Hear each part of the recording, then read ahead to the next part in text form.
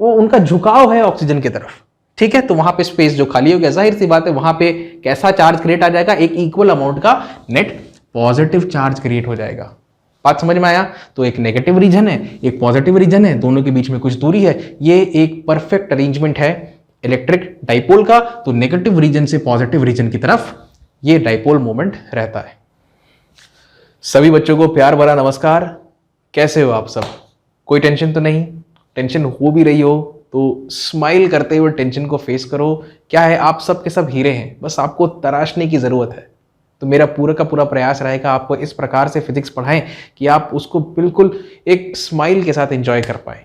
तो स्माइल कर दो यार, स्माइल कर दो, बिल्कुल टेंशन मत लो, मोबाइल को अभी रख दो।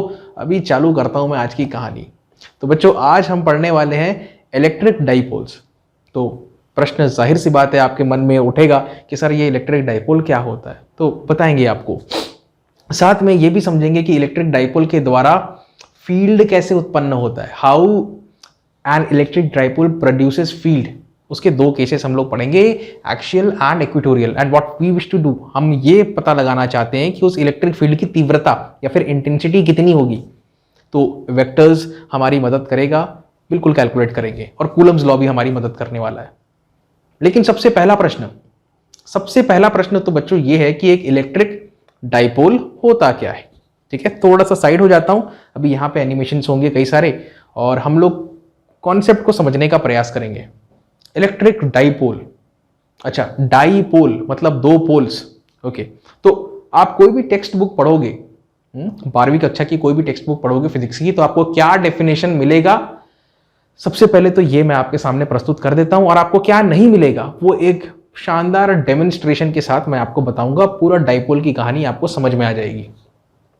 देखिए, a pair of equal and opposite charges when separated by some distance, this arrangement is known as an electric dipole। फिर से सुनिए, a pair of equal and opposite charges मतलब एक प्लस क्यू रहेगा और एक माइनस क्यू रहेगा, और उन दोनों के बीच में कुछ दूरी रहेगी। इस व्यवस्था को, इस अरेंजमेंट को, इस कॉन्फ़िगरेशन को या फिर इस सिस्टम ऑफ चार्जेस को हम क्या कहते हैं? We call it an electric dipole. समझ में आया? तो भाई डेफिनेशन तो आपको बिल्कुल समझ में आया, लेकिन एक मन में एक प्रश्न जरूर उठ रहा होगा कि सर ये होता किधर है। और एक और चीज, इलेक्ट्रिक डाइपोल के साथ उसकी स्ट्रेंथ को मेजर करने के लिए एक और क्वांटिटी हम इंसानों ने बनाई है। ठीक है, तो to measure the strength of an electric dipole we have a quantity which is known as electric dipole moment, या फिर सिंपली आप कह सकते हो इसको dipole moment. So what is dipole moment? It is basically a physical quantity by the help of which we can measure the strength of an electric dipole। Electric dipole के strength को major करने के लिए जिस quantity का हम इस्तेमाल करते हैं उसे हम कहते हैं डाइपोल मोमेंट। तो भाई इसका स्ट्रेंथ कितना होगा? तो देखिए स्ट्रेंथ, अब यहां पे आ जाएगा डाइपोल मोमेंट एक वेक्टर है, तो वेक्टर के पास होता है बच्चों एक मैग्नीट्यूड और होता है साथ में डायरेक्शन। जाहिर सी बात है, इसका मैग्नीट्यूड कैसे कैलकुलेट करोगे? तो इसका मैग्नीट्यूड रहता है Q मल्टीप्लाइड बाई 2 है। कोई भी चार्ज ले लो, माइनस या पॉजिटिव, ठीक है, तो इक्वल एंड ऑपोजिट तो रहेगा, तो उसका चार्ज Q, उसका मैग्नीट्यूड चाहिए आपको, प्लस माइनस नहीं, मल्टीप्लाइड बाय क्या आएगा? दोनों के बीच की दूरी। तो बच्चों ये दोनों के दोनों चार्जेस जो हैं इनके बीच की दूरी रहती है 2a, ठीक है, और Q मल्टीप्लाइड बाई 2a जो क्वांटिटी होती है वो हम कहते हैं डाइपोल मोमेंट। ये बात तो हम समझ गए। डाइपोल मोमेंट का बच्चों डायरेक्शन भी होता है। यह डायरेक्शन होता है माइनस क्यू से लेके प्लस क्यू की दिशा में। कहां पे? आप दोनों को, माइनस और प्लस दोनों को एक लाइन से जोड़ोगे तो उस लाइन का डायरेक्शन मैं बता रहा हूं, माइनस से प्लस की तरफ में रहेगा डाइपोल मोमेंट का डायरेक्शन। यहां तक हमें दो बातें को तो पता चल गया, एक है इलेक्ट्रिक डाइपोल, दूसरा है डाइपोल मोमेंट। इलेक्ट्रिक डाइपोल क्या है? एक व्यवस्था है जिसमें एक नेगेटिव और एक पॉजिटिव इक्वल चार्ज रहता है, दोनों के बीच में डिस्टेंस रहता है 2a। और ये जो अरेंजमेंट है ना बच्चों, इसका एक सेंटर भी होता है, उसको कहते हैं हम सेंटर ऑफ द डाइपोल। ठीक है, तो ये थे आज के बेसिक्स। अब हम ये सोचते हैं कि ये डाइपोल मोमेंट कहां पे दिखता है। ठीक है, क्या वास्तविकता में हम उसको देख सकते हैं? तो हम एक कहानी बनाने का प्रयास करते हैं और कहानी के रूप में आपको मैं समझाने का कोशिश करता हूं। ठीक है, तो आप एक रिसर्चर हैं, आप लैब में काम करते हैं और आपको एक टास्क दिया गया है, एक ऑब्जेक्टिव दिया गया है कि भाई आप पता लगाएं, वाटर के मॉलिक्यूल को स्टडी करें। तो आप वाटर के मॉलिक्यूल को स्टडी करने वाले हो, आपके पास बहुत बेहतरीन इक्विपमेंट है जिनके जरिए आप वाटर के मॉलिक्यूल को वास्तविकता में देख सकते हैं। कुछ ऐसा सोचिए आप, ठीक है। तो उस मॉलिक्यूल में आपको क्या क्या दिखाई देगा, सबसे पहले तो मैं ये बताता हूं और बड़े प्यार से आप उसको समझ जाओगे कि डाइपोल होता क्या है। डाइपोल मोमेंट तो समझ गए, वो तो मैथमेटिकल क्वांटिटी हो गई काफी कुछ, ठीक है, स्ट्रेंथ के लिए। लेकिन डाइपोल दिखता कैसे, ये वाकई में ये क्यूरियोसिटी आपके मन में जागनी बड़ी जरूरी है। अब जरा ध्यान से सुने बच्चों, इलेक्ट्रिक डाइपोल, वाटर की बात कर रहे हैं, H2O। अच्छा ठीक है भाई, H2 कितने हाइड्रोजन के एटम है? 2 हाइड्रोजन के एटम है। कितने ऑक्सीजन का एटम है? 1 ऑक्सीजन का एटम है। तो व्यवस्था कैसी होती है मैं बताता हूं आपको। सबसे पहले ये हो गया ऑक्सीजन का एटम, ठीक, ये यहां पे रख देते हैं। कितने हाइड्रोजन के एटम है? तो ये 2 हाइड्रोजन के एटम है, इन दोनों को वहां पे फिट कर देते हैं। तो असल में जो आप स्ट्रक्चर आपको दिखाई देगा जिस भी यंत्र के थ्रू, जिस भी माइक्रोस्कोप के थ्रू, एडवांस्ड माइक्रोस्कोप के थ्रू आप वाटर के मॉलिक्यूल को स्टडी कर रहे हैं, तो आपको वाटर के मॉलिक्यूल, सिंगल मॉलिक्यूल का कुछ ऐसा स्ट्रक्चर दिखाई देगा। समझ में आया? बात समझ में आया? इस तरफ और इस तरफ क्या है? हाइड्रोजन, और बीच में क्या है? ऑक्सीजन। अब एक और चीज आप सोच रहे होंगे कि सर आपने तो बोला था डाइपोल में एक प्लस रहता है, एक माइनस रहता है, मतलब एक नेट पॉजिटिव चार्ज रहता है और एक नेट नेगेटिव चार्ज रहता है, हमें तो कुछ नहीं दिखाई दे रहा। तो आगे बढ़ते हैं, एक और चीज आपको बढ़िया बात बताते हैं। देखिए ऑक्सीजन में कितने इलेक्ट्रॉन्स हैं? संख्या कितनी है? 8। हाइड्रोजन में कितनी है संख्या? 1। लेकिन हाइड्रोजन के कितने एटम्स हैं? 2। तो 1, 1 और 8 कितने हो गए? 1, 1 और 8 कितने हो गए? Total 10 electrons. अब जो ऑक्सीजन का न्यूक्लियस है, अधिकतर इलेक्ट्रॉन्स, हाइड्रोजन और ऑक्सीजन, अधिकतर इलेक्ट्रॉन्स, ये जो पूरा का पूरा इलेक्ट्रॉन का क्लाउड है, ये अधिकतर ऑक्सीजन की तरफ इंक्लाइंड रहते हैं, मतलब ऑक्सीजन की तरफ रहते हैं। जाहिर सी बात है अगर वो ऑक्सीजन की तरफ आ जाएंगे तो कहीं ना कहीं तो खाली स्पेस क्रिएट हो जाएगा। तो एक जगह चार्ज का डेफिसिट क्रिएट हो जाता है, एक जगह चार्ज का एक्सेस क्रिएट हो जाता है। तो क्योंकि ऑक्सीजन के पास चार्ज का एक्सेस क्रिएट हो जाता है बच्चों, तो वहां पे आ जाता है एक नेट नेगेटिव रीजन। और क्योंकि वहां से इलेक्ट्रॉन्स गायब हो गए, कहां से? हाइड्रोजन से।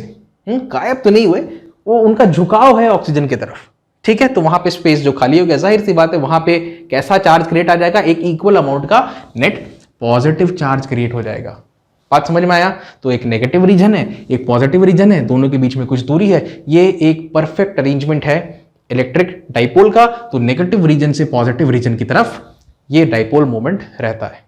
एक और चीज आपको बता दें, तो इसमें एक लाइन ऑफ सिमेट्री आपको दिख रही है, आप चाहो तो उसको प्लेन ऑफ सिमेट्री भी कहते हो। अगर आप एंगल मेजर करना चाहो, ठीक है, मैंने बताया ना आपके पास बड़े एडवांस्ड इक्विपमेंट्स हैं जिनके जरिए आप वाटर के मॉलिक्यूल को बड़े शानदार तरीके से सीख सकते हैं। अगर आप हाइड्रोजन के सेंटर को, दोनों हाइड्रोजन के सेंटर को ऑक्सीजन के केंद्र से, सेंटर से जोड़ते हैं, तो ये जो 2 लाइंस बन रही हैं, वी शेप बन रहा है, यहां बीच का जो एंगल बनता है ना बच्चों, ये 105 डिग्री का बनता है। बात समझ में आया? ठीक है, हो गया, बाल की खाल निकाल लिए। ये पूरा का पूरा जो व्यवस्था है, दिस व्यवस्था, this arrangement, this configuration is a perfect example of what exactly is an electric dipole. समझ में आया? तो कोई भी आगे से कोई भी आपसे पूछता है इलेक्ट्रिक डाइपोल, ठीक है यार, 2 pair of equal and positive charges separated by some distance is an electric dipole. इसके साथ अगर कोई आपको एग्जांपल देना है तो ये बहुत ही शानदार एग्जांपल है, दे देना। वाइवा में भी पूछे तो बिंदास बताने का इसको। डाइपोल समझा दिया ना मैंने, ठीक है। ये जो डाइपोल मोमेंट होता है ना बच्चों, ठीक है, डायरेक्शन है माइनस से प्लस की तरफ, इसको कहते हैं हम लोग परमानेंट डाइपोल मोमेंट। मतलब वास्तविकता में जहां पे भी आपको H2O मॉलिक्यूल दिखता है इधर उधर, बाल्टी में पानी है, जाहिर सी बात है क्या है, पानी में क्या है? बहुत सारे मॉलिक्यूल्स हैं। किसके? वाटर के मॉलिक्यूल्स हैं, H2O, H2O, H2O, बहुत सारे, सबका अपना इंडिविजुअल डाइपोल मोमेंट रहेगा। तो ये डाइपोल मोमेंट कैसा रहता है? नेचुरली रहता है, उसमें परमानेंट डाइपोल मोमेंट कहते हैं। बात समझ में आया? तो आपके दिमाग में एक प्रश्न उठ सकता है कि सर क्या कोई ऐसे मॉलिक्यूल्स हैं जिसमें डाइपोल मोमेंट नहीं होता? ठीक है, जहां पर कि प्लस और माइनस एक दूसरे से जुदा नहीं होते, प्लस और माइनस कोइंसाइड कर रहे होते हैं। बिल्कुल, उसका भी एक एग्जांपल देते हैं। आप जरा ये एग्जांपल देखिए। अच्छा, पहले तो सुन लो कौन कौन से एग्जांपल्स है।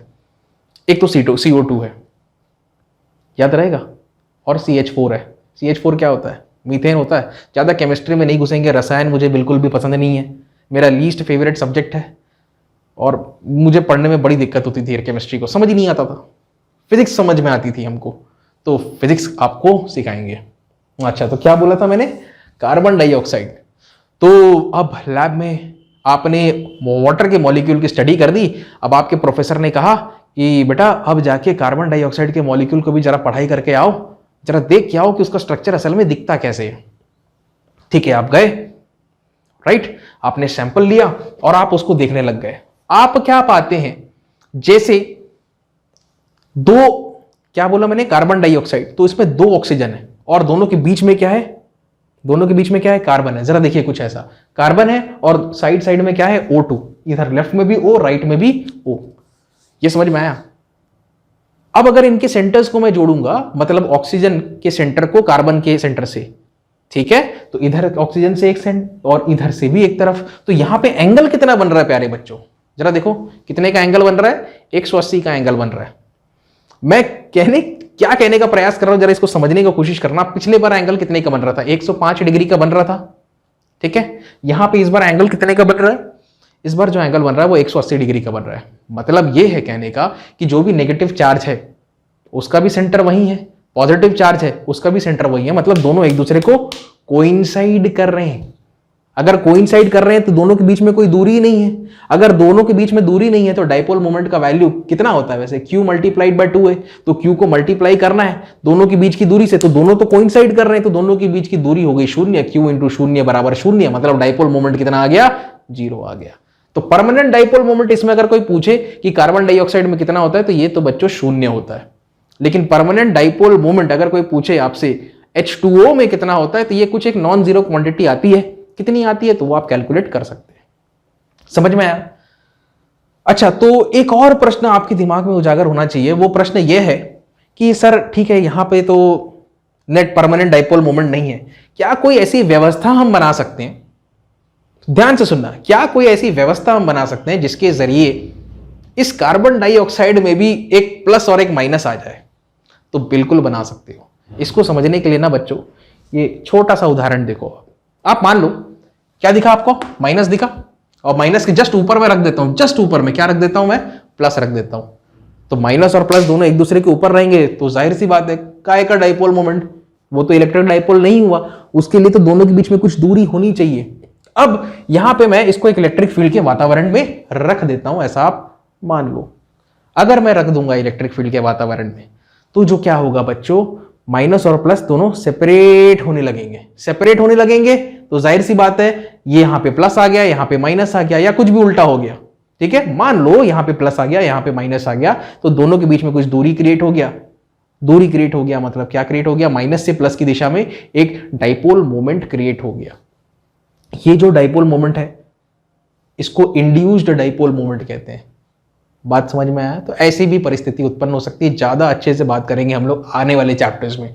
तो अभी तक मैंने जो आपको बताया वो था इलेक्ट्रिक डाइपोल और वो था इलेक्ट्रिक डाइपोल मोमेंट। हमने एग्जांपल देखा वाटर का, वाटर में परमानेंट डाइपोल मोमेंट होता है, वाटर में जो ऐसा करके जो एंगल बनता है वो 105 डिग्री का होता है, ठीक है। अब आगे बढ़ते हैं और इन डाइपोल्स के जरिए कैसे फील्ड क्रिएट होता है और उसको कैसे कैलकुलेट कर सकते हैं कूलम्स लॉ और सुपरपोजिशन प्रिंसिपल से, इस बारे में थोड़ी सी चर्चा करते हैं। इलेक्ट्रिक डाइपोल के बारे में तो काफ़ी सारी बातें हम लोगों ने सीख ली, समझ ली, डाइपोल के स्ट्रक्चर को देख लिया, डाइपोल मोमेंट के बारे में समझ लिया। अब हम लोग सेशन को आगे बढ़ाते हैं और डाइपोल फील्ड के बारे में थोड़ी सी चर्चा करते हैं। एक बात, जहां तक प्रश्न डाइपोल फील्ड का है, तो देखिए डाइपोल में एक नेट नेगेटिव अरेंजमेंट भी रहेगा और एक नेट पॉजिटिव, यहां पे नेट नेगेटिव, यहां पे नेट पॉजिटिव। तो आप ऐसा सोच सकते हो, you will be incline to think that sir एक नेगेटिव है पॉजिटिव है, जितना नेगेटिव उतना ही पॉजिटिव, तो माइनस और प्लस एक साथ मिलके कितना हो जाएगा, 0 हो जाएगा, ऐसा आप सोच सकते हो। अब आप ये गलत सोच रहे हो कि सही सोच रहे हो, इस पर चर्चा करनी है हमको, ठीक। देखिए अगर हम ऐसा सोचते हैं तो बिल्कुल गलत सोचते हैं। अगर आप एक एक्सपेरिमेंट करके देखें, मान लीजिए उसमें हमारे पास एक डाइपोल है और डाइपोल से कुछ दूरी पर हम एक बिंदु अंकित करते हैं आसपास में, ठीक है, तो वहां पर कोई ना कोई इलेक्ट्रिक फील्ड जरूर आएगा, छोटा ही सही लेकिन इलेक्ट्रिक फील्ड जरूर कैलकुलेट होगा। इसका मतलब यह है कि भाई इलेक्ट्रिक फील्ड तो है, अब इलेक्ट्रिक फील्ड है मतलब कहीं ना कहीं कोई ना कोई नेट चार्ज तो है। अब इसको आप इस तरीके से समझ सकते हैं कि डाइपोल के केस में पॉजिटिव और नेगेटिव या फिर नेगेटिव और पॉजिटिव के बीच में कुछ दूरी रहता है। अगर ये बिल्कुल कोइंसाइड करते हो, ठीक है, मतलब अगर दोनों के सेंट्रॉइड्स एक ही जगह हो, ऐसी परिस्थिति में फिर वहां पे टोटल चार्ज हो जाएगा 0, फिर वो कोई इलेक्ट्रिक फील्ड पैदा नहीं करेगा। लेकिन डाइपोल के केस में नेगेटिव इधर पॉजिटिव इधर और दोनों के बीच में कुछ एक डिस्टेंस होता है, उसके कारण कुछ ना कुछ इलेक्ट्रिक फील्ड आता है। आप कहीं पर भी बिंदु को अंकित करें वहां पे इलेक्ट्रिक फील्ड कुछ ना कुछ वैल्यू वो देगा, और वो कितना देगा उसको कैलकुलेट करने के लिए हम लोग दो केसेस पढ़ेंगे। एक है एक्सियल लाइन या फिर एक्सियल पॉइंट पर, मतलब डाइपोल के एक्सिस में ना एक बिंदु अंकित करूंगा मैं और वहां पर इलेक्ट्रिक फील्ड आपको कैलकुलेट करके बताएंगे। दूसरा केस रहेगा इक्वेटोरियल लाइन। अच्छा, उसको भी बताते हैं आपको। सबसे पहला केस चालू करते हैं एक्सियल लाइन का। करें स्टार्ट?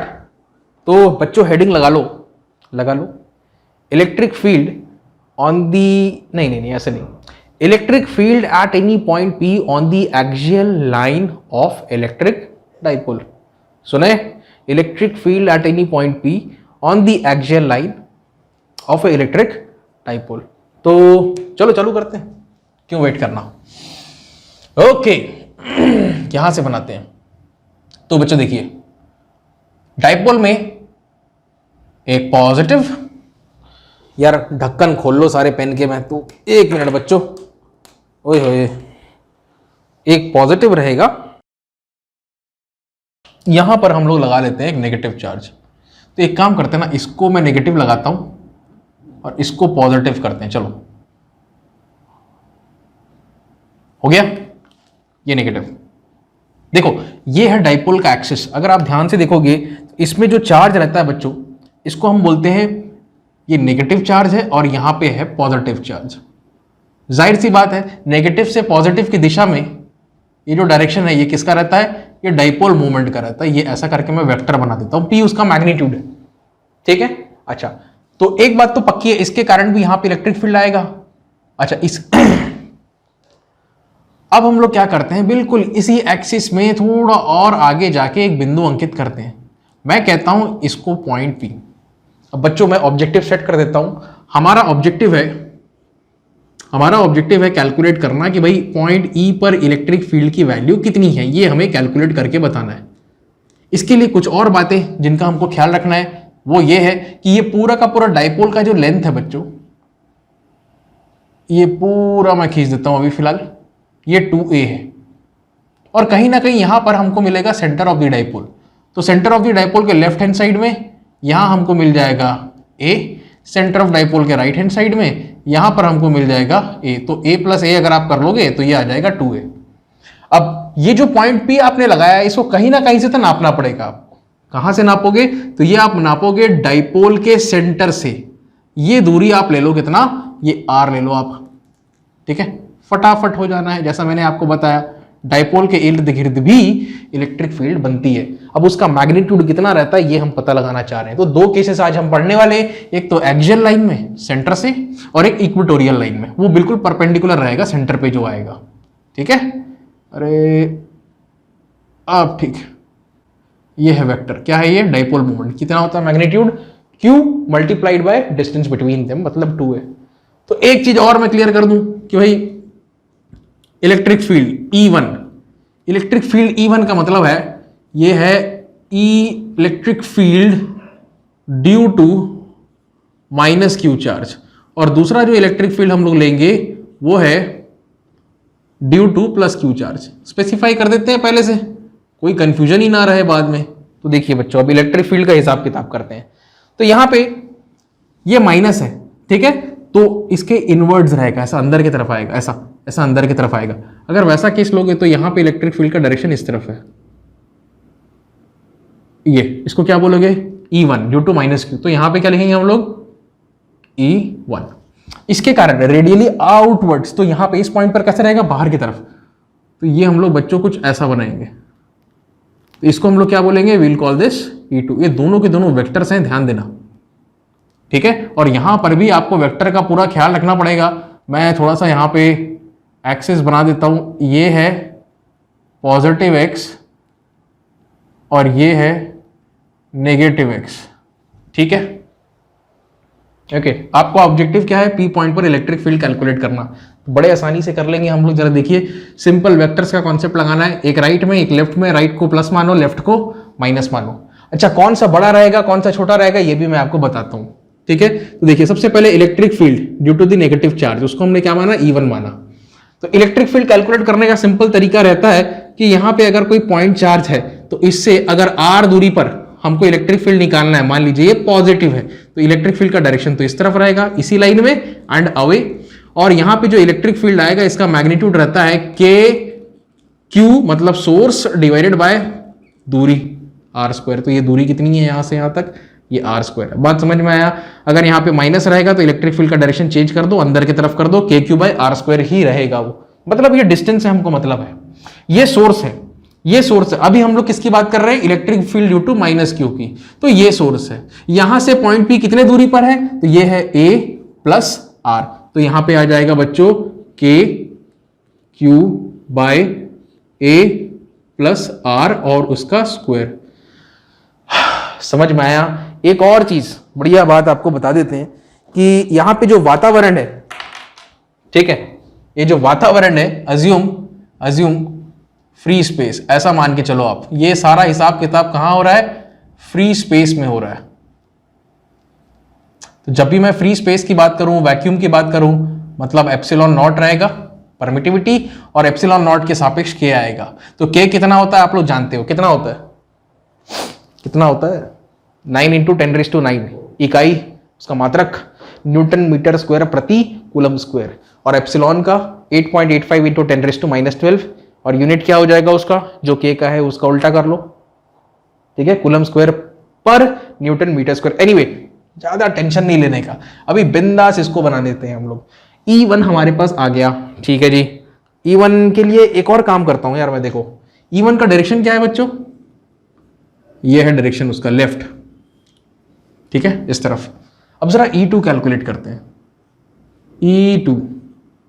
E2 कैलकुलेट करते हैं, कहां करें? यहां करें, छोड़ो यहां पे करते हैं। E2 तो वो भी के क्यू बाय आर स्क्वायर रहेगा, के और ये क्यू है, ठीक है। प्लस माइनस का टेंशन मत लो, डायरेक्शन का हमको पता है, तो प्लस माइनस का टेंशन मत लो। आप ये सोचो क्यू से कितने दूरी पर बिंदु पी है, इतना दूरी मतलब कितना दूरी? आर में से ए घटा दो, ये दूरी आ जाएगा। ये हो गया आर माइनस ए और उसका स्क्वायर, और इसका डायरेक्शन क्या है बच्चों E2 का? राइट हैंड साइड में, तो वो इस तरफ जा रहा है। अब जरा सोचो इन दोनों में से बड़ा कौन सा और छोटा कौन सा है? कौन सा बड़ा है, कौन सा छोटा है? ये हमको पता चल जाएगा डिनोमिनेटर से, क्योंकि न्यूमिनेटर तो दोनों के कॉमन है। किसका डिनोमिनेटर बड़ा है? क्योंकि इनवर्स लगा हुआ है। जिसका डिनोमिनेटर बड़ा वो छोटा, जिसका डिनोमिनेटर छोटा कंपैरेटिवली वो उतना ही बड़ा। तो आप अगर ध्यान से देखोगे, ये जो E2 आ रहा है इसका डिनोमिनेटर छोटा है तो ये बड़ा रहेगा, और ये जो E1 है इसका डिनोमिनेटर बड़ा है तो ये छोटा रहेगा। बात समझ में आया? इतना टेंशन लेने का नहीं है, अल्टीमेटली इससे होगा ये, इन दोनों का जो डिफरेंस आएगा, क्योंकि ये दोनों ऑपोजिट डायरेक्शंस में है, वो डिफरेंस जो भी मैग्नीट्यूड में आएगा उसका डायरेक्शन किसके तरफ रहेगा? उसका डायरेक्शन हमेशा E2 की तरफ रहेगा। अभी सब चीज वर्कआउट होके आ जाएगा, बिल्कुल टेंशन मत लो आप। ये समझ में आया इतना? ओके, मैं थोड़ा सा इंक भर लेता हूं हमारे पेन में। हाँ जी, बड़े आगे क्या निकालना था? नेट। हम चाहते हैं पता लगाना क्या? नेट इलेक्ट्रिक फील्ड कहां पर? पॉइंट P पर। तो वो कैसे निकालेंगे? वेक्टर्स के माध्यम से। तो वेक्टर में क्या होता है? दाएं तरफ और बाएं तरफ, एक राइट में एक लेफ्ट में। तो लगा लो यार, सिर्फ एक्स एक्सिस में है तो पॉजिटिव और नेगेटिव, ये हो जाएगा E2, ठीक है। यहां पे मैं प्लस लिख रहा हूं क्योंकि राइट में जा रहा है, E1 इस तरफ, यहां पे मैं माइनस लिख रहा हूं क्योंकि वो लेफ्ट में जा रहा है, बस। अच्छा छोड़ो अभी इसको, जरूरत नहीं है। अब इन दोनों को हमको माइनस कर देना है। आपको समझ में आ गया? डायरेक्शन का हिसाब किताब यहां पे हो गया है, यहां पे डायरेक्शन का हिसाब किताब नहीं हुआ है लेकिन यहां पे हो गया है। अच्छा, अब क्या कर सकते हैं? ठीक है, यहां पे मैंने सिर्फ मैग्नीट्यूड के हिसाब से लिखा है, लेकिन यहां पे डायरेक्शन आ गया। अभी तो यूनिट वेक्टर को भी पिक्चर में लेके आना है, आपको बताएंगे क्या बोल रहा हूं मैं, अभी आपको समझ में आएगा। इस बात का ख्याल रखना है आपको, अज्यूमिंग फ्री स्पेस। अगला जो केस लेंगे इक्वेटोरियल का, उसमें भी फ्री स्पेस लेके चलेंगे। E2 कितना है? E1, दोनों में क्या कॉमन है? KQ कॉमन है। तो सबसे पहला काम तो बच्चों आप क्या कर दो, KQ को कॉमन निकाल लो। KQ को अगर कॉमन निकालोगे तो डिनोमिनेटर में क्या आ जाएगा? E2 minus E1 1 by R minus A, ये हो जाएगा 1 बाय आर माइनस ए का whole square minus 1 by R plus A का होल स्क्वायर। अब कहानी को और आगे बढ़ाते हैं, तो हमारे पास यहां पे थोड़ा सा स्पेस बना लेते हैं हम। भाई अगर स्क्वायर भी कॉमन, देखो ये दोनों तो मल्टीप्लाई हो जाने हैं, स्क्वायर कॉमन निकल जाएगा, r minus a r plus a, r square minus a square हो जाएगा, ठीक है। तो ये कुछ ऐसा होगा बच्चों, ये बाहर में आ गया KQ और अंदर में आ गया यहां पर r square minus a square और इसका भी स्क्वायर। समझ में आया? स्क्वायर कॉमन है तो वो कॉमन बाहर आ गया, ए माइनस बी ए प्लस बी, ए स्क्वायर माइनस बी स्क्वायर लगा दिया हम लोगों ने। ये इस तरफ गया, ये इस तरफ गया, ब्रैकेट ओपन करो, r square plus a square plus r square plus a square plus 2ar। और यहां पे क्या आना है, देखिए यहां पे आएगा r square plus a square minus 2ar, लेकिन बाहर माइनस है तो सारा चीज कैंसल, रिवर्स हो जाएगा। तो यहां पे आएगा, मैं बता रहा हूं, आप करके देख लेना, minus a square minus r square और माइनस 2ar आना था, वो हो जाएगा प्लस ऑफ 2ar। ठीक है, इतना समझ में आया? जरा देखें सब चीज बढ़िया से कैप्चर हो रही है कि नहीं। बहुत सुंदर। बस अब आपको कैंसिल कर देना है, आर स्क्वायर ए स्क्वायर 2ar, ये हो गया 4ar, तो k q और यहाँ पे आ गया 4ar और यहाँ पे बच्चों डिवाइड में आ रहा है r square minus a square और उसका स्क्वायर। बहुत बढ़िया, तो इलेक्ट्रिक फील्ड कैलकुलेट हो गया। ठीक है, मैग्नीट्यूड तो हमारा वर्कआउट हो गया। इसको लिखने का एक और तरीका है, अब आपको बता रहे हैं। देखिए q इंटू ए, q इंटू 2a करके मैं भी एक अरेंजमेंट यहां पे बना सकता हूं। तो देखिए k, ऐसा नहीं लिखते, इसको लिखते हैं हम लोग, जरा देखिए इसको लिखते हैं 2k। ठीक है, और यहां पे आ जाएगा q इंटू 2a। ऐसा कर सकते हैं कि 2 2 4 4 k q और r बच गया क्या, r, all of this divided by r square minus a square. ठीक है, तो बच्चों इसको आप डाइपोल, ये क्या होता है, ये आपको पता है ये क्या होता है, डाइपोल मोमेंट होता है। ठीक, अगर ये ए वेक्टर है तो ठीक है, तो ये होता है डाइपोल मोमेंट। आप कुछ मत करो, सीधा यहां पे इसको फिट करो, 2p k, ये छोटा p है ना, स्मॉल p, कैसे लिखूं मैं, ऐसा लिखता हूं 2pkr divided by r square minus a square, और ये तो स्क्वायर है, यहां पे मैं भूल गया था। बस हो गया। अभी तक मैग्नीट्यूड तो हम लोगों ने कैलकुलेट किया, लेकिन कहीं पे भी डायरेक्शन का जिक्र नहीं है। देखिए मैंने आपको बताया ना, बड़ा कौन सा है छोटा कौन सा है, दोनों को माइनस करोगे तो फाइनल नेट इलेक्ट्रिक फील्ड किसके हिसाब से चलेगा, बड़े के हिसाब से, इस तरफ जाएगा, इस तरफ जाएगा, मतलब अलोंग p रहेगा, along the direction of dipole moment. बात समझ में आया? तो ये जो डाइपोल मोमेंट है इसी का यूनिट वेक्टर हो जाएगा उसका डायरेक्शन। मान लीजिए हम बात करते हैं यूनिट वेक्टर ऑफ p की, तो यूनिट वेक्टर ऑफ p कैसे निकाला जाता है, given vector divided by the magnitude of that vector, ये होता है मैग्नीट्यूड उसका। तो इसको सिंपली p भी लिख सकते हैं हम लोग, हम तो वेक्टर की बात कर रहे हैं। ये q इंटू 2a हो गया, तो ये क्या आ गया, यहाँ पे वेक्टर p आ गया। बात समझ में आया? अब आप इसको एक बार में सिंप्लीफाई करके कैसे लिख सकते हो प्यारे बच्चों, 2 टाइम्स ऑफ, देखिए ये वेक्टर p की जगह क्या आ जाएगा, p कैप, और यहाँ पे मॉड्यूलस उनका, मॉड्यूलस मतलब ये मैग्नीट्यूड है, तो ये मैग्नीट्यूड को मैं पहले लिख रहा हूँ। इतना समझ में आया? k r divided by r square minus a square का होल स्क्वायर टाइम्स ऑफ, अब यहाँ पे लग जाएगा कैप, ये हो जाएगा p कैप। तो ये पूरा का पूरा जो हिसाब किताब है प्यारे बच्चों, इसमें 2 टर्म्स हैं, ऐसा कह सकते हो, ये है मैग्नीट्यूड और ये जो है इसको हम कहते हैं वेक्टर्स की भाषा में डायरेक्शन या यूनिट वेक्टर। तो ये हमारा एक्सियल डायरेक्शन में इलेक्ट्रिक फील्ड कैलकुलेट हो गया। इसको मैं सिर्फ ax करके लिख देता हूं। समझ में आया? ठीक है, थोड़ा सम्मान दे दें इसको। चलो इतना तो हो गया। एक और चीज कर सकते हैं, मान लो ये जो r है ये बहुत दूर है, it is at a far distance, r is very very large compare to the size of the dipole. अगर ऐसा है तो आप क्या कर सकते हो, ये जो a स्क्वायर है ना, इस a स्क्वायर को आप नेग्लेक्ट कर सकते हो, a स्क्वायर को आप नेग्लेक्ट कर सकते हो। कहां से? फ्रॉम डिनोमिनेटर से। अगर ऐसा करोगे तो ये गया आर स्क्वायर आर पावर 4, ऊपर आर, नीचे क्या बचेगा, आर क्यूब। तो अल्टीमेटली आपके पास एक और रिलेशनशिप आ जाएगा, electric field on the axial line of the dipole is equal to 2pk whole divided by r cube. समझ में आया? इसको बच्चों लिखने का एक और बढ़िया तरीका है, तो k को आप लिख सकते हो 1/4 pi epsilon naught multiplied by 2p upon r cube. ये बढ़िया तरीका है मेरे ख्याल में। ये हमारा हो गया फिनिश एक्सियल लाइन। समझ में आ गया? ठीक है, और डायरेक्शन में भूल गया लगाना, क्षमा करें। डायरेक्शन क्या रहेगा, यूनिट वेक्टर p कैप, क्योंकि यहां पे तो p जो है वो मैग्नीट्यूड को शो कर रहा है। ठीक है जी, इसको नोट करें। फिर आगे बढ़ेंगे हम लोग और बात करेंगे इक्विटोरियल की। क्या क्या पढ़ लिया, ये पढ़ लिया, हाँ, इलेक्ट्रिक डाइपोल क्या होता है अब आप समझ चुके हो। एक्सियल लाइन पे इलेक्ट्रिक फील्ड कैसे कैलकुलेट करते हैं किसी भी पॉइंट पर, ये आप सीख चुके हो। अब हम सीखेंगे electric field at the equatorial point. इसको जरा देखते हैं, फिर इसके न्यूमेरिकल बड़े सिंपल होते हैं, इसमें ज्यादा कुछ दिमाग लगाना है नहीं। तो जैसे इलेक्ट्रिक फील्ड हम लोग पढ़े थे पॉइंट के लिए, जैसे कूलम्बिक फोर्स के लिए हम लोग पढ़े थे, तो वैसे ये भी रहेगा। ठीक है, ज्यादा कुछ टफ लेवल इसमें रहेगा नहीं। देखिए जो असल न्यूमेरिकल्स हैं वो आएंगे गॉस लॉ के, और गॉस लॉ के एप्लीकेशंस पर आएंगे, तो वो थोड़ा सा चैलेंजिंग रहेगा, वो सीखेंगे हम लोग बाद में। ठीक है, अभी काफी सेशन बचे हैं इस पर्टिकुलर चैप्टर में। Right now we are somewhere along 60% of the chapter, 60% ही अभी हुआ है, अभी भी there is a lot to cover, right. And वो जो पार्ट बचा हुआ है ना वो इतना डिफिकल्ट नहीं है, बिंदास हो जाएगा, बस हंसते रहो और पढ़ते रहो। दूसरा करते हैं, क्या है ये, इक्वेटोरियल लाइन। तो एक काम करते हैं, सबसे पहले तो हम लोग डाइपोल कंस्ट्रक्ट कर लेते हैं। तो डाइपोल में है बच्चों यहां पर नेगेटिव, और कुछ दूरी पर, कितने दूरी पर आपको पता है, इस दूरी को हम लोग क्या कहते हैं, 2a कहते हैं। और यहां पर एक है हमारे पास पॉजिटिव, ये प्लस मैं बना लेता हूं, ये गोला बना लिए।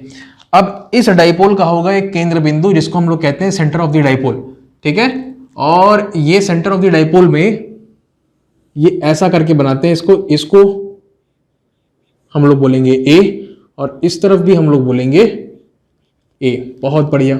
अब यहां सेंटर से पास होगा एक लाइन, जिस लाइन को अब मैं बोलूंगा इक्वेटोरियल लाइन। और इस लाइन में कहीं पे मैं एक बिंदु अंकित करता हूं, और इस बिंदु पे मैं चाहता हूं कैलकुलेट करना इलेक्ट्रिक फील्ड का वैल्यू। कैसे कैलकुलेट करेंगे तो अभी आपको उसको सिखाएंगे।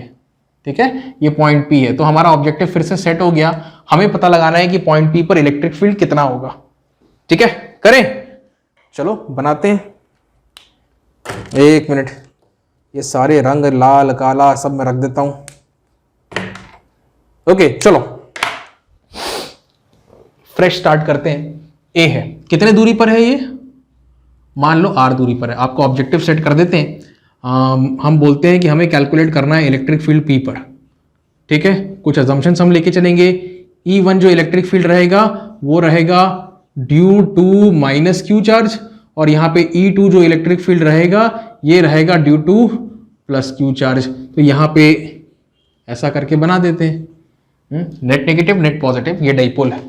अब बच्चों देखिए, इस पे पहले तो आप लाइन से जोड़ लो, ये जोड़ लिए, ये लाइन से जोड़ लिए, तो जाहिर सी बात है यहां पे कुछ एंगल सबटेंड हो रहा है, इस एंगल को बोलिए थीटा, और यहां पर भी सेम एंगल सबटेंड होगा क्योंकि ये तो सेंटर वाली लाइन है, तो सेम एंगल सबटेंड करवाएगा, ये भी हो जाएगा थीटा। अच्छा, क्या नया है इसमें, नया ये है कि भाई यहां पे ये माइनस क्या करेगा, इसको इलेक्ट्रिक फील्ड इनवर्ड्स रहेगा, तो यहां पे इलेक्ट्रिक फील्ड का डायरेक्शन ऐसा आएगा। देखिए बच्चों, ये ऐसा आ जाएगा, ठीक है, और ये ऐसा, समथिंग लाइक दिस। अब आप समझ जाओ, तो माइनस के कारण जो इलेक्ट्रिक फील्ड है उसको हमने नाम दिया है E1, तो यहां पे हम क्या लिखेंगे, will write E1। Similarly plus से बाहर की तरफ निकलेगा, तो इस पर्टिकुलर पॉइंट पे कहां आएगा, ऊपर की तरफ। इसी डायरेक्शन में आगे हम लोग बढ़ते हैं, तो मैं यहां पे बना सकता हूं, और यहां पे मैं क्या लिखूंगा, या मुझे क्या लिखना चाहिए, E2 लिखना चाहिए। दिख रहा है कि नहीं कैमरे में, जरा रुक जाओ, नहीं दिख रहा है, अभी लिखते हैं फिर से। हाँ, तो यहां पे बच्चों क्या आ जाएगा, विल राइट E2। ओके, तो उसका रिजल्टेंट दोनों के बीच में कहीं ना कहीं आना है यहाँ पे, ये बात तो तय है। डाइपोल मोमेंट का जो डायरेक्शन रहता है बच्चों, वो रहता है माइनस से प्लस की दिशा में, तो ये है डाइपोल मोमेंट का डायरेक्शन, इसको लिख देता हूं P, छोटा P है।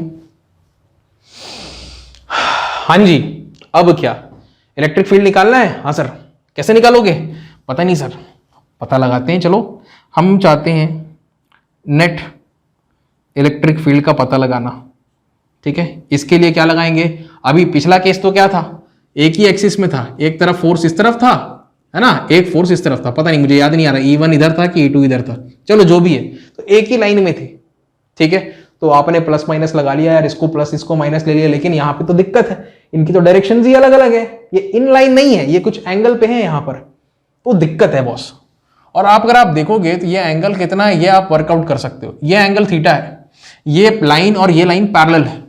ठीक है, तो ये एंगल और ये एंगल सेम हो जाने हैं। उसी प्रकार से ये और ये लाइन पैरेलल है, तो ये एंगल और ये एंगल भी सेम हो जाना है, तो यहां पर भी थीटा आएगा, यहां पर भी थीटा आएगा, ये बात तो जाहिर है। अब यहां पर क्योंकि वेक्टर्स एक ऊपर जा रहा है एक नीचे जा रहा है, हमको क्या करना पड़ेगा, यहां पे इसको रिजोल्व करना पड़ेगा कंपोनेंट्स में, ये हो जाएगा y, ये हो जाएगा x। ठीक है, तो बिल्कुल जो नॉर्मल प्रोसीजर है बिल्कुल बच्चों वैसे ही बनाएंगे। तो आपको x के डायरेक्शन में मिलेगा एक और y के डायरेक्शन में मिलेगा, तो नेट इलेक्ट्रिक फील्ड इन दी x direction, net electric field इन दी y डायरेक्शन। ये तरीका होगा अब नेट इलेक्ट्रिक फील्ड कैलकुलेट करने का। पिछली बार सिर्फ x में था, y में था क्या, नहीं था, तो y में नहीं था तो उसको क्या मान सकते हो, 0 मान सकते हैं सर। 0 मान दोगे तो ये क्या बनेगा, under root of EX square, तो बाहर आ जाएगा अंडर रूट से, तो क्या बचेगा, सिर्फ EX, तो सिर्फ EX ही तो था। समझ में आया, कहानी वही है, यही बेस है, आधार है। लेकिन मेरा डस्टर कहाँ है, हाँ जी, हाँ जरा सोचते हैं, सोचे, हाँ सर सोचते हैं। तो देखिए what we can do is we can resolve these fellows into components। ध्यान से देखिए बच्चों, एक तो ये दूसरा, समझ में आया क्या किया मैंने, E1 के कंपोनेंट्स हो जाएंगे E1 cos E1 sin, E2 के भी कंपोनेंट्स हो जाएंगे E2 cos E2 sin। तो लिख देते हैं किस बात का वेट, यहां पे फटाफट लिख देते हैं। तो यहां पे आ गया E2 का E2 sin थीटा, और E2 का एक कंपोनेंट आ गया यहां पर E2 cos थीटा। बहुत सुंदर। अब दूसरे रंग से मैं लिखता हूं, दूसरे रंग से वो है E1 के कंपोनेंट्स, तो एक इस तरफ जा रहा है E1 cos थीटा और दूसरा नीचे जा रहा है, इसको हम लिखेंगे E2 sin थीटा। अब आगे की एनालिसिस कैसे होती है वो जरा देखते हैं। उसके लिए हम क्या करेंगे, सबसे पहले तो इलेक्ट्रिक फील्ड को कैलकुलेट करेंगे। तो यहां पे मैं लिखता हूं इलेक्ट्रिक फील्ड E1। E1 किसके द्वारा प्रोड्यूस हो रहा है, तो E1 माइनस क्यू के द्वारा बन रहा है। इस E1 का मैग्नीट्यूड होगा कितना, ये सोचो बच्चों। तो कैसे निकालते हो, KQ बाय आर स्क्वायर। तो सबसे पहले तो आप लिख लो K, क्या लिखोगे, Q divided by r square. तो ये दूरी कितनी, तो ये दूरी है बच्चों, यहां पे आनी है ये दूरी r square plus a square. यहां पर भी ये दूरी कितनी आनी है, ये भी आएगा कितना, r square plus a square. Pythagoras का सम्मान करना है, ये ए और आर, तो ये कितना हो जाएगा, under root of r square plus a square. Sir ये तो समझ गए, नीचे क्या करते हैं, आर का स्क्वायर। तो अंडर रूट का स्क्वायर करोगे तो अंडर रूट गया, तो बच्चों यहां पे बच जाएगा r square plus a square. इसका जब इलेक्ट्रिक फील्ड निकालोगे ना प्लस क्यू का, तो फिर से k q by r square, q तो वही है, इसी का स्क्वायर करोगे तो आना तो यही है। आप E1 की बात करो या E2 की बात करो, दोनों सेम है, ठीक है, मैग्नीट्यूड में सेम है लेकिन डायरेक्शन में अलग है, तो उसी का तो हिसाब किताब लगाना है, वही तो चैलेंज है। अच्छा अब जरा देखो, थोड़ी सी बात EX की करते हैं, EX, ठीक है। अच्छा पहले एक काम करते हैं यार, यहां नीचे हो गया ना थोड़ा सा, EY की बात करते हैं। EY जरा देखो बच्चों, एक ऊपर और एक नीचे, ठीक है। ऊपर वाला नीचे वाला क्या है, यहां पे E1 आएगा ये, ठीक है, E1 आएगा, E1 sin थीटा, और ऊपर वाला क्या है, E2 sin थीटा। अब E1 और E2 तो सेम है, मतलब इसको E1 मान सकते हो, E1 sin theta, E1 sin theta, एक ऊपर और एक नीचे कैंसिल हो गया, तो EY कितना आएगा, 0 आएगा। बोलो समझ में आया, आ गया सर, ठीक है। EX कितना आएगा, ये सोचने वाली बात है। यहां मैं कॉमा लगा के लिखता हूं EX। दोनों किस तरफ जा रहे हैं, लेफ्ट हैंड साइड जा रहे हैं, तो यार कुछ तो कन्वेंशन हिसाब किताब लेना पड़ेगा। आप इसको पॉजिटिव मानो और आप इसको पॉजिटिव मानो, ठीक है। तो लेफ्ट हैंड साइड में मतलब दोनों नेगेटिव, तो माइनस में E1 cos थीटा, माइनस में E2 cos थीटा, तो हाँ जी। अब अल्टीमेटली आप जानते हो E1 E2 सेम है, आप क्या लिख सकते हो, माइनस में 2E1 cos थीटा। अभी मैं पूरा हिसाब किताब कर दूंगा डायरेक्शन का, मुझे पता है डायरेक्शन इलेक्ट्रिक फील्ड का इधर है, डाइपोल मोमेंट का इस तरफ है, तो पूरा हिसाब किताब कर देंगे, प्लस माइनस लगा देंगे, चिंता मत करो, इतना समझ जाओ पहले। समझ गए सर, ओके। तो ये हिसाब किताब करना है, क्या रखेंगे अब, E1 का वैल्यू सर इतना रखेंगे, cos थीटा का वैल्यू सर ये अगर थीटा है तो बेस बाय हाइपोटेन्यूज लगाना है, इतना डिवाइडेड बाय इतना। तो बच्चों कर लेते हैं, किस बात का वेट है, हम निकालने जा रहे हैं अब EX का वैल्यू, तो 2 हो गया, और E1 कितना, KQ by r square plus a square, तो ये हो जाएगा sir KQ by r square plus a square multiplied by cos theta. तो कॉस थीटा क्या होता है? Base by hypotenuse. बेस कितना है प्यारे बच्चों? बेस ए है, हाइपोटेन्यूज अंडर रूट में है, अंडर रूट मतलब टू दी पावर 1/2। तो ये r square plus a square to the power 1/2। तो यहाँ पे क्या है? टू दी पावर 1, दोनों बेस सेम है, पावर ऐड हो जाएंगे। 1 प्लस आधा मतलब 1.5, 1.5 मतलब 3/2, 3/2। ठीक है, तो यहाँ पे प्यारे बच्चों कितना आ जाना है? ये माइनस का साइन है, क्षमा करें भूल गया मैं, ये माइनस का साइन आएगा 2k, ऐसा नहीं लिखते, एक स्टेप फालतू नहीं तो ज्यादा हो जाएगा, माइनस ऑफ k लिखता हूं मैं, q इंटू 2a लिखता हूं मैं यहाँ पे, देखिए हमारा फायदा हो जाएगा अभी, और नीचे आ जाएगा r square plus a square to the power 3/2। समझ में आया क्या किया मैंने? अब बच्चों यहाँ पे आप q इंटू 2a को क्या लिख सकते हो? इसके जगह आप लिख सकते हो क्या? p, क्योंकि डाइपोल मोमेंट p बराबर क्या होता है? ये होता है q इंटू 2a। याद आया कुछ? ठीक है, तो वेक्टर का फॉर्म आ गया। अच्छा, अब ये आ गया माइनस के, ये आ गया छोटा p, ये वेक्टर आ गया, divided by r square plus a square to the power 3/2। अब इस p का हिसाब किताब करता हूं। तो देखो अभी थोड़ी देर पहले मैंने बताया था p कैप यूनिट वेक्टर निकालना है, तो क्या करोगे? लिखोगे गिवन वेक्टर डिवाइडेड बाय उसी वेक्टर का मैग्नीट्यूड। ऐसा अगर करोगे तो अगर आपको गिवन वेक्टर पता है तो ये इधर जाके मल्टीप्लाई हो जाएगा, मतलब magnitude multiplied by unit vector. तो यहाँ पे magnitude multiplied by unit vector हो जाना है। तो सीधा मैं फाइनल रिजल्ट लिख रहा हूं, दो अलग अलग वर्जन है। ई निकाल रहे हैं हम लोग इक्विटोरियल लाइन पे, ठीक है, लाइन नहीं कहना चाहिए, पॉइंट पी पर, जो कि इक्विटोरियल लाइन में आता है, ऐसा कहना चाहिए। तो ये कितना हो जाएगा? देखो ये हो जाएगा माइनस के वेक्टर पी। अब ये लिखता हूं मैं इसके जगह, और इसको इससे मल्टीप्लाई करके लिखता हूं। ये जो मैंने लिखा है ये मॉड्यूलस है ना, ये मॉड्यूलस है, सिंपल मैग्नीट्यूड, डिवाइडेड बाय आ जाएगा r square plus a square, और यहां पे लगा देते हैं, अच्छा भाई पावर 3/2 भी तो लगाना है सर, क्या कर रहे हो? और ये लग गया P cap. That's it, done. This is how you calculate the electric field at any point P on the equatorial line of a dipole, right? और कुछ करते हैं, एक और तरीका है लिखने का, कई लोग को वैसा पसंद है, मतलब 1/4πε0, और ये तो k की जगह हो गया है ना, और नेगेटिव साइन मैं बार बार भूल जाता हूं, आगे भी कभी भूल जाऊं तो माइंड मत करना, उसको करेक्शन कर लेना। और क्या आ जाएगा? p whole divided by r square plus a square to the power 3/2, और यहाँ पे p कैप मतलब डायरेक्शन, और माइनस साइन, मतलब इसका मतलब क्या है? देखिए इलेक्ट्रिक फील्ड का वैल्यू क्या आ रहा है? माइनस में आ रहा है, ये इसके हिसाब से। तो यूनिट वेक्टर का डायरेक्शन क्या है? इस तरफ, माइनस में आ रहा है, मतलब यूनिट वेक्टर के डायरेक्शन के ऑपोजिट, मतलब इस तरफ, बिल्कुल सही है। ठीक है, ये फाइनल फॉर्मूला बनाते हैं ई इक्वेटोरियल का।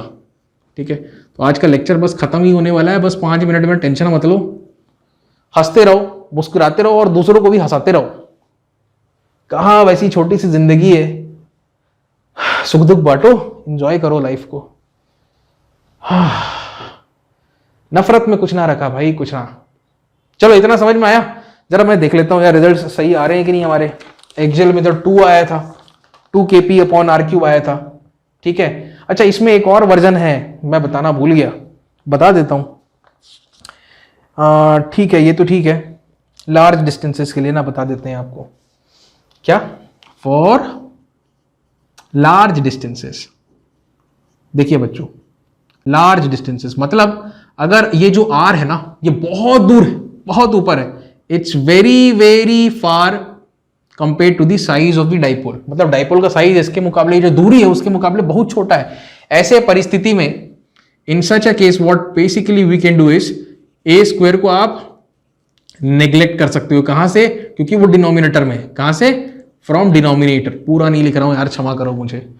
ऐसा करोगे तो आर स्क्वायर की पावर, ऐसा करोगे तो आर स्क्वायर की पावर क्या हो जाएगा? 3/2 हो जाएगा। कुछ गलत लिख दिया, 3/2 हो जाएगा। तो 2 और 2 कैंसिल हो जाएगा, यहां पे क्या बचेगा? नीचे r³ बचेगा। तो बस kp/r³ लिख दें। Final formula E equatorial is equal to 1/4πε0, फिर से भूल गया माइनस साइन, अब लगा दूंगा, multiplied by p upon kp/r³। देखो kp/r³, p पिछला क्या था 2 kp बाय आर क्यूब, ये वाला क्या है kp बाय आर क्यूब और यूनिट वेक्टर। ठीक है, पिछले बार में माइनस साइन आया था क्या? नहीं आया था, मतलब in the direction of dipole moment था। इस बार क्या आया? माइनस साइन आया, मतलब opposite to the direction of dipole moment. ये दोनों बातें तुरंत लिखो कॉपी में, नहीं तो भूल जाओगे। ठीक है, ये हमने पढ़ लिया एक्सियल और इक्वेटोरियल लाइन। चलो, इस लेक्चर की तो काफी सारी कहानी हम लोगों ने कंप्लीट कर ली। अगले लेक्चर में और मजा आएगा। आपको इलेक्ट्रिक फील्ड लाइंस का कॉन्सेप्ट बताऊंगा बड़े प्यार से, एक एक करके सारी प्रॉपर्टीज लाइंस की हम लोग डिस्कस करेंगे। अच्छा, एक प्रॉब्लम कर लेते हैं, ठीक है, और उससे कुछ एक खास रिलेशनशिप के बारे में हमको पता चल जाना है। चलिए देखिए,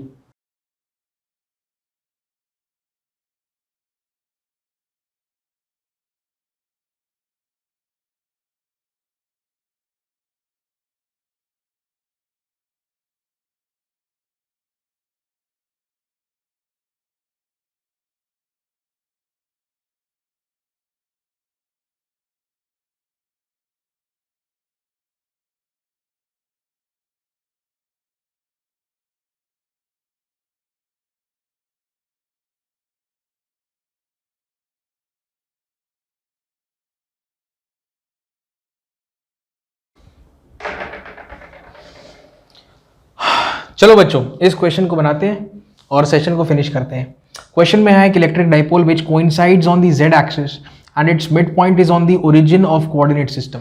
अरे बाप रे, ये तो 3 डायमेंशन में बात हो रही है, एक्स वाई जेड है। चलो, इलेक्ट्रिक डाइपोल वो जेड एक्सिस में है, ठीक है, और उसका मिड पॉइंट है ओरिजिन में। ठीक है, तो एक काम करते हैं ना, तो कोऑर्डिनेट सिस्टम बनाते हैं फटाक से, फिर बात करते हैं। ये क्या करें, इसको क्या मान लें? इसको y माने z माने, इसको ना अपन एक काम करते हैं, हम लोग इसको मानते हैं y एक्सिस। ठीक है, और इसको मान लेते हैं हम, इसको मान लेते हैं हम z एक्सिस, और ये जो है इसको मान लेते हैं हम x एक्सिस। तो जाहिर सी बात है यहाँ पे एंगल 90 डिग्री रहता है, पता है ना ये तो? अरे पता ही होगा, तुम लोग सब होशियार हो। ये ऐसा ऐसा, हाँ, बहुत सुंदर। हाँ चलो, तो क्या बोल रहा है, मैं पूरा बना के दिखाता हूं, आप चाहो तो पॉज करके सीधा सोल्यूशन बना सकते हो, लेकिन क्वेश्चन की खूबसूरती बाहर निकालने के लिए मुझे उसका डायग्राम बनाना पड़ेगा। हाँ, डाइपोल का मिड पॉइंट कहां पे है, किसके साथ कोइंसाइड कर रहा है? ओरिजिन के साथ। ठीक है सर, तो यहां पे मिड पॉइंट है, तो कौन से एक्सिस में? जेड एक्सिस में। तो डाइपोल का एक हिस्सा बच्चों यहां पे बनाएंगे, जैसा हम लोग पहले बनाते थे, अभी भी बिल्कुल वैसे ही करेंगे। एक माइनस में यहां पे लगा रहा हूं और ऐसा गोला बना रहा हूं, और बिल्कुल पीछे की तरफ उतनी ही दूरी पे यहां पर, ये बिल्कुल उतनी ही दूरी पर यहां पर हम क्या बनाएंगे? एक और बनाएंगे। यहां पे क्या बनाएंगे? यहां पे प्लस बनाएंगे, जाहिर सी बात है, ये मैंने बना दिया प्लस। ठीक है, अच्छा, तो सर इसमें नई बात क्या है? नई बात ये है बच्चों, ये तो हो गया Q, इसको माइनस ही बोलो, चलो इसको बोलो प्लस। ये हो गया dipole along the Z axis, और ये जो है सेंटर ऑफ द डाइपोल है कहां पर? सर ओरिजिन पे है। अच्छा, अब देखो, the electric field at N axial position eight a distance z from the origin. ठीक है, कहां से? ओरिजिन से z की दूरी पर इलेक्ट्रिक फील्ड को हम क्या बोल रहे हैं?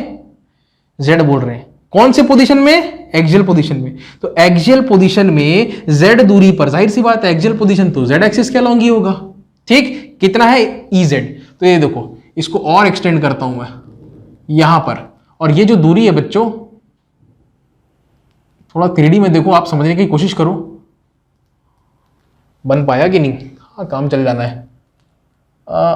ये कुछ ऐसा है, ये समझ में आया? कितने दूरी पर है? ये z डिस्टेंस पर, और यहां पर इलेक्ट्रिक फील्ड कितना है? तो ये आप जानते हो, in the direction of dipole moment होता है। कोई पूछे कि डाइपोल मोमेंट का डायरेक्शन क्या है? ये है डाइपोल मोमेंट का डायरेक्शन। ठीक है, माइनस से प्लस की तरफ, अभी बताया मैंने। एक्सियल में इलेक्ट्रिक फील्ड और डाइपोल मोमेंट दोनों सेम डायरेक्शन में रहते हैं, लेकिन इक्वेटोरियल में ऑपोजिट डायरेक्शन में रहते हैं। तो ये जो इलेक्ट्रिक फील्ड है बच्चों, सीधी सी बात है, ये है EZ, है ना? क्या होता है? KQ बाय आर क्यूब होता है कि 2KQ बाय आर क्यूब होता है? एक्सियल में क्या होता है? याद करो, थोड़ा सा स्लाइडर को पीछे में जाओ। एक्सियल में 2KP बाय आर क्यूब है, और इक्वेटोरियल में के पी बाय आर क्यूब। अरे मैं भी बोल रहा हूं, अरे एक्सियल में क्या है 2k p bye r cube, ऐसा है। ठीक है, लिख लेते हैं ना यार, फालतू का टेंशन। ये देखो बच्चों, एक्सियल लाइन में मैं सिंपल में लिख रहा हूं 2k p upon r cube, और इक्वेटोरियल में हम जानते हैं क्वेश्चन तो 2 सेकंड में बन जाता है, मैं तो देख के आंसर बता सकता हूं, लेकिन अब ये सब लिखा हुआ है तो उसको प्रस्तुत करके आपको बताना जरूरी है। ठीक है, तो ये होता है के पी अपॉन आर क्यूब। ठीक, ये है 2 केसेस। ये किसके लिए है? व्हेन आर मतलब जो दूरी है जिस पॉइंट की वो बहुत ज्यादा है, किसके? डाइपोल के साइज के कंपैरिजन में। ये डाइपोल का साइज है, ठीक है जी, ये साइज है, ये ए और ए, चाहो तो यहां पे लिख दो, ये ए है, इसको यहां पे लिखो ए ए। हाँ यार चलो, तो वहां पे इलेक्ट्रिक फील्ड कितना आएगा? कौन सा है ये? एक्सियल का केस है 2kp बाय आर क्यूब, तो हो जाएगा 2kp बाय आर, मतलब डिस्टेंस है, डिस्टेंस कितना है? z cube. हाँ जी, और z और y बराबर है ना, थोड़ी देर में आते हैं उस पर भी। हाँ, दूसरा क्या है? Electric field at an equatorial position, equatorial point. अच्छा, इक्वेटोरियल पॉइंट इधर भी हो सकता है, इधर भी हो सकता है, यहां तो एक्सियल पॉइंट ही आएगा। Electric field at an equatorial point at a distance y, कहां? y में बोला है, मतलब कहां आएगा? यहां पे बोला है, तो यहां पे एक बिंदु अंकित करो। जी सर, यहां पे कितने डिस्टेंस पे है ये? तो इसको मैं फिट करता हूं, कहां फिट करें? ये इधर,